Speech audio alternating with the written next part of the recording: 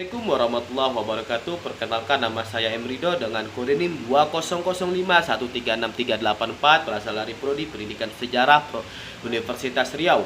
Di sini saya akan menjelaskan bagaimana sih tumbuh dan berkembangnya sejarah dari suatu kerajaan yang berada di daerah Maluku dan dimana pada situ adalah kerajaan Ternate dan juga kerajaan Tidore. Langsung saja kita masuk, yaitu dari kerajaan pertama kita, yaitu adalah kerajaan Ternate. Kerajaan Gapi atau lebih dikenal dengan sebagai kerajaan Ternate telah berdiri sejak tahun 1257. Satu dari 4 kerajaan Islam di Kepulauan Maluku ini didirikan oleh Bab Masyur Mulamo yang berkuasa pada tahun 1257 sampai 1272 dalam tanggal pada kalender Masehi. Awal abad ke-13, Pulau Ternate mulai dikunjungi oleh para pelancong dan juga para pedagang. Penduduk Ternate awal merupakan warga Eksodus yang merupakan berasal dari Halmahera. Pada mulanya di Ternate terdapat 4 kampung yang tiap kampungnya itu dipimpin oleh seorang mamole atau kepala suku.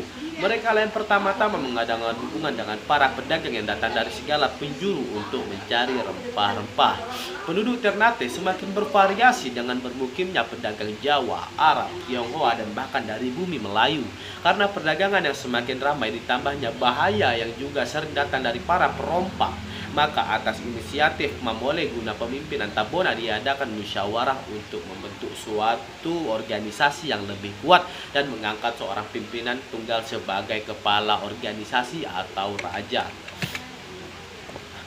Tidak ada catatan yang menyatakan kapan awalnya masuknya Islam itu ke Ternate, namun Kolono Marhum merupakan raja Ternate pertama yang memeluk agama Islam. Setelah mendapatkan petunjuk dari ulama Islam asal Minangkabau, Datuk Maulana Husein, salah seorang murid dari Sunan Giri yang datang ke Ternate pada tahun 1465 Masehi.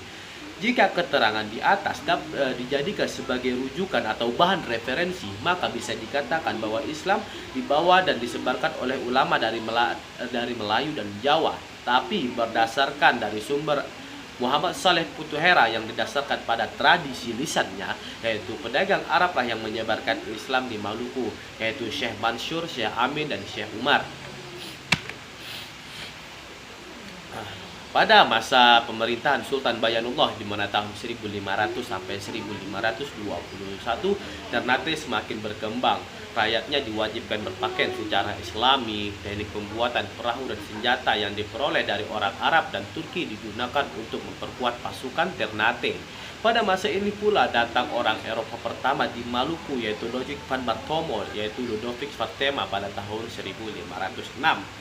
Tahun 1512 Portugal untuk pertama kalinya menginjakkan kakinya di daerah Ternate di bawah pimpinan Francisco Serrao. Atas persetujuan Sultan, Portugal diizinkan untuk mendirikan pos dagang di daerah Ternate. Portugal datang bukan semata-mata bukan untuk berdagang, melainkan untuk menguasai perdagangan rempah-rempah dan cengkeh yang ada di Maluku, karena pada saat itu di Maluku cengkeh adalah salah satu rempah-rempah yang sangat terkenal di sana. Kedekatan Sultan dengan orang Portugis menyebabkan timbulnya keresahan dalam masyarakat, apalagi mereka ikut campur tangan dalam urusan-urusan internal kerajaan, seperti dalam pengangkatan dan penunjukan waris tahta. Menurut sumber yang bisa dipercaya, Sultan Bayanullah wafat karena diracuni oleh orang-orang dekatnya sendiri yang kecewa oleh kebijakannya di atas, yang dimana pada situ Sultan Bayanullah terlalu dekat dengan orang-orang Portugis. Sultan Bayanullah wafat meninggalkan pewaris-pewaris yang masih sangat belia. Janda muda Permaisuri Nukila dan Pangeran Terwase, adik almarhum Sultan, bertindak sebagai wali. Permaisuri Nukila yang asal Tidore bermaksud menyatukan Ternate dan Tidore di bawah satu mahkota, yakni salah satu dari kedua putranya, Pangeran Hidayat yang akan kelak menjadi Sultan Dayalu, dan Pangeran Abu Hayat yang akan kelak menjadi Sultan Abu Hayat II. Sementara Pangeran Terwase itu menginginkan tahta bagi dirinya sendiri. Portugal memanfaatkan kesempatan ini dan mengadu domba keduanya sehingga pecah perang saudara. Kubu Permaisuri Nukila didukung oleh Tidore, sedangkan Pangeran Terwase didukung oleh Portugal. Setelah meraih kemenangan, Pangeran Terwase justru dikhianati dan dibunuh oleh orang Portugal. Gubernur Portugal bertindak sebagai penasihat kerajaan dan dengan pengaruh yang dimiliki berhasil membujuk Dewan Kerajaan untuk mengangkat Pangeran Tabarigi sebagai sultan. Tetapi ketika Sultan Tabarigi mulai menunjukkan sikap permusuhan kepada bangsa Portugis, ia difitnah dan dibuang ke Goa, India. Di sana ia dipaksa Portugal untuk menandatangani perjanjian di mana menjadikan Ternate sebagai kerajaan Kristen dan pasal kerajaan Portugal. Namun perjanjian itu ditolak mentah-mentah oleh Sultan Kairun, yaitu pada tahun 1534 dan sampai 1570. Tak ingin menjadi Malaka kedua, Sultan Kairun mengorbankan perang pengusiran Portugal. Kedudukan Portugal kala itu sudah sangat kuat. Selain memiliki benteng dan kantor kekuatan penuh di seluruh Maluku, mereka juga memiliki sekutu-sekutu pribumi yang bisa dikerahkan untuk menghadang Ternate. Dengan adanya Aceh dan Demak yang terus mengancam kedudukan Portugal di Malaka, Portugal di Maluku, Kesultanan mendapatkan bala bantuan hingga terpaksa memohon damai kepada Sultan Kairun. Secara licik, Gubernur Portugal yaitu Lopes de Mesquita mengundang Sultan Kairun ke meja perundingan dan akhirnya dengan kejam membunuh Sultan yang datang tanpa pengawalnya. Pembunuhan Sultan Kairun semakin mendorong rakyat Ternate untuk menyingkirkan Portugal. Bahkan seluruh Maluku dari kini mendukung kepemimpinan dan perjuangan Sultan Ba'abullah yang dimana pada saat itu menjabat pada tahun 1570 sampai 1583. Pos-pos Portugal di seluruh Maluku dan di wilayah timur Indonesia digempur. Setelah peperangan selama 5 tahun, akhirnya Portugal meninggalkan Maluku untuk selama-lamanya. Pada tahun 1575, di bawah pimpinan Sultan Ba'abullah, Ternate mencapai puncak kejayaan. Wilayah membentang dari Sulawesi Utara dan Tengah di bagian barat hingga Kepulauan Marshall di bagian timur, dari Filipina Selatan di bagian utara hingga Kepulauan Nusa Tenggara di bagian selatan. Sepeninggalan Sultan Ba'abullah, Ternate ternyata sudah mulai melemah karena kerajaan Spanyol yang telah bersatu dengan Portugal pada tahun 1580 mencoba kembali menguasai Maluku dengan menyerang Ternate. Dengan kekuatan baru Spanyol memperkuat kedudukannya di Filipina, Ternate pun menjalin aliansi dengan Mindanao untuk menghalau Spanyol, namun gagal. Bahkan Sultan Said Barakati berhasil ditawan Spanyol dan dibuang ke Manila. Kekalahan demi kekalahan yang diderita memaksa Ternate meminta bantuan Belanda pada tahun 1603. Ternate akhirnya berhasil menahan Spanyol namun dengan imbalan yang amat mahal. Beliau akhirnya secara perlahan-lahan menguasai Ternate.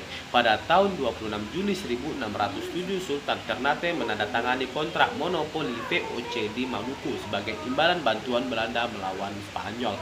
Pada tahun 1607 pun Belanda membangun benteng Orange di Ternate yang merupakan benteng pertama mereka di Nusantara. Beberapa Sultan Ternate berikutnya tetap berjuang mengeluarkan Ternate dari cengkraman Belanda. Dengan kemampuan yang terbatas karena selalu diawasi, mereka hanya mampu menyokong perjuangan rakyatnya secara diam-diam atau secara gerilya. Yang terakhir tahun 1914, Sultan Haji Muhammad Usman Shah menggerakkan perlawanan rakyat di wilayah kekuasaannya, bermula di wilayah Banggi di bawah pimpinan Khairuddin Tamagolah, namun gagal. Pasca penurunan Sultan Muhammad Haji Usman Shah, jabatan Sultan sempat kosong selama 14 tahun dan pemerintahan adat dijalankan oleh Jogugu serta Dewan Kesultanan. Sempat muncul keinginan pemerintahan Hindia Belanda untuk menghapus Kesultanan Ternate, namun niat itu urung dilaksanakan karena khawatir akan reaksi keras yang bisa memicu pemberontakan baru. Sementara Ternate berada di jauh dari pusat pemerintahan Belanda yang pada saat itu berada di Batavia atau saat ini kita kenal dengan daerah Jakarta. Dalam usianya yang kini memasuki usia ke-750 tahun, Kesultanan Ternate masih tetap bertahan meskipun hanya sebatas simbol dan juga budaya. Beberapa dari raja-raja dari Ternate yaitu menduduki Kesultanan Ternate yaitu pada tahun 1257 yaitu Bab Masyur Malamo sampai tahun 1975 yaitu adalah Haji Mudafar Shah atau Mudafar Shah II. Oke, selanjutnya itulah dari sejarah singkat bagaimana kerajaan Ternate. Selanjutnya kita akan memasuki yaitu daerah kerajaan tetangganya yaitu kerajaan Tidore. Pada awalnya yang disebut dengan Maluku itu meliputi Ternate, Tidore, Makian, dan Moti. Keempat wilayah ini bernama Moluku Kieraha, yang artinya persatuan empat kolano atau empat kerajaan. Demikian tulis Komarudin Hidayat dan kawan-kawannya dalam buku Menjadi Indonesia Abad 13 Eksistensi Islam di Indonesia. Raja pertama Tidore adalah Sahajati yang merupakan saudara masyhur Malabo, raja pertama kerajaan Ternate. Berdasarkan berbagai sumber, tidak ada keterangan yang menyebutkan bahwa Sahaji telah memeluk Islam. Hamka dalam sejarah umat Islam menguatkan pendapat tersebut dengan menyebutkan bahwa saat itu di Maluku ada kepercayaan Syuman, yaitu memuja roh-roh leluhur nenek moyang. Penguasa Tidore yang pertama masuk Islam adalah Ciriliyati dengan gelar Sultan Jamaluddin. Sejak saat itu kerajaan Tidore pun berubah menjadi kesultanan atau kerajaan bercorak Islam. Sepeninggalan Sultan Jamaluddin, Kesultanan Tidore dipimpin oleh Sultan Al-Mansur pada tahun 1512 sampai 1526. Kala itu pengaruh asing mulai masuk ke Maluku Utara termasuk Tidore. Tidore kedatangan bangsa Spanyol bahkan diterima dengan baik. Kejayaan Sultan Tidore terjadi pada masa Sultan Saifuddin, di mana masa pemerintahan 1657 sampai 1689 Masehi, yang berhasil membawa kemajuan hingga Tidore disegani oleh kerajaan-kerajaan lain di Kepulauan Maluku. Masa keemasan Kesultanan Tidore juga dirasakan di era kepemimpinan Sultan Nuku pada awal abad ke-19. Sultan Nuku memperluas wilayahnya bahkan sampai Kepulauan Pasifik. Tak hanya itu, Kepulauan K, Kepulauan Aru, bahkan sampai Kepulauan Pasifik. Tak hanya itu juga, Sultan Nuku juga berhasil menyatukan Ternate dan Tidore untuk menghadapi penjajah Belanda yang dibantu Inggris pada saat itu. Kegemilangan mengusir bangsa asing membuat Kesultanan Tidore mencapai kemajuan dengan pesat. Di tengah suasana damai dan makmur, Sultan Nuku berpulang pada 14 November 1805 dalam usia 67 tahun. Pemimpin berjuluk The Lord of Fortune mewariskan masa-masa keemasan Kesultanan Tidore sebagai negeri yang diberkati dan berdaulat. Sepeninggalan Sultan Nuku, Belanda berusaha kembali mengincar Tidore. Hal ini diperparah dengan banyaknya polemik internal yang membuat Kesultanan Tidore akhirnya jatuh dalam penguasaan Belanda. Seiring kemerdekaan Indonesia pada 1945, Kesultanan Tidore bergabung dengan Negara Kesatuan Republik Indonesia. Tidore, tepatnya Sopi, ditetapkan sebagai ibu kota Provinsi Maluku Utara. Dan di sini ada dari raja-raja Tidore. Yang pertama, dari awal itu tidak dapat disebutkan kapan sih mulainya kerajaan Tidore ini berdiri, yaitu dari masa Kolano Syahjati, Kolano Bosamawa Mange, Kolano Syahajud alias Subu, Kolano Bali Bunga, Kolano Duku Adoya, bahkan sampai tahun 2012 pada saat ini adalah Sultan Husain Shah. Begitulah singkat dari kerajaan di daerah Maluku, bagaimana sejarahnya, kejayaannya, dan bahkan sampai masa keruntuhannya. Itulah saja yang dapat saya sampaikan. Saya Muhammad Ridho, wabillahi taufik wal hidayah. Wassalamualaikum warahmatullahi wabarakatuh.